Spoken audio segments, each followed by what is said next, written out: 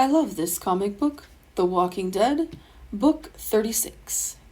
Rick realizes that Martinez is going back to Woodbury to tell them where the prison is. He asks Tyrese to watch Carl as Rick takes Dale's RV and goes after Martinez.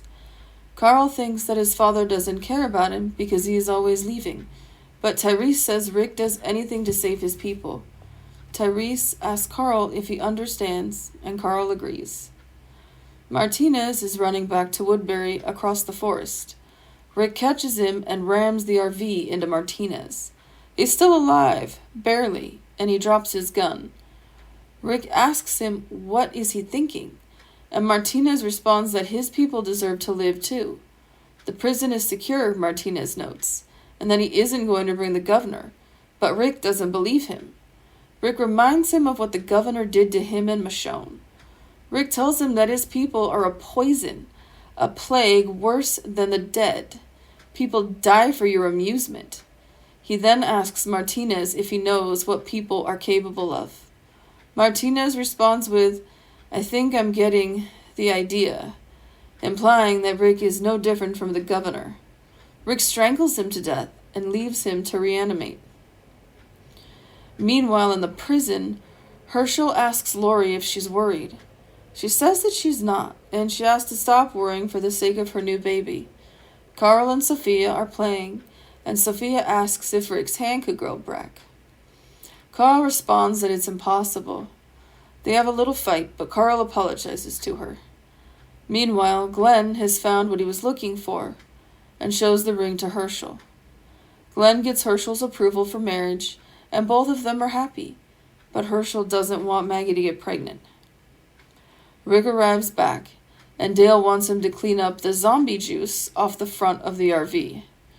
Rick doesn't talk much about what he did, and wants to close the gates before dark. He calls a meeting. Glenn proposes to Maggie, and she accepts. The pair are getting married. Billy is watching the children, while the others are at the meeting.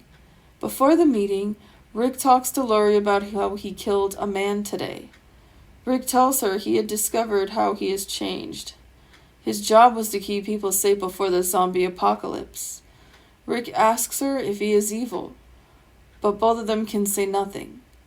At the meeting, Rick says that all of the group should be ready for the fight with the Woodbury survivors.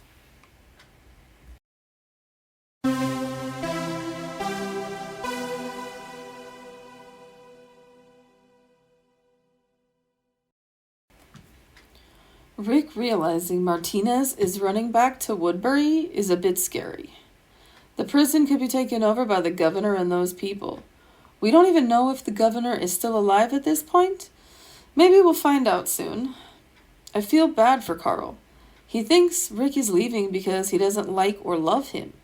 It was really nice of Tyrese to let him know that's not true. I don't know if Carl can understand it well enough at his age, but he tries. Rick leaves to protect them all, to keep them all safe. Rick takes the RV because it's gassed up and ready to roll right at the gates. He hunts down Martinez, runs him down with the RV, and then kills him after they have a somewhat philosophical conversation about safety, Woodbury, the governor, and what people are capable of. Herschel and Lori have a chat about Rick and all his trips. She no longer worries if he will come back. I find this interesting. I rather think at this point she hopes he doesn't. It's another thought I have between Shane and Rick. Shane pretty much did whatever Lori wanted. She controlled him. Rick doesn't do that. He doesn't take orders from her. He does what he wants when he wants to. I have to wonder if she hoped that Rick really was dead and she was free of him because Shane was compliant, while Rick is not. We also get to see why Glenn wanted to go through all the women's bodies.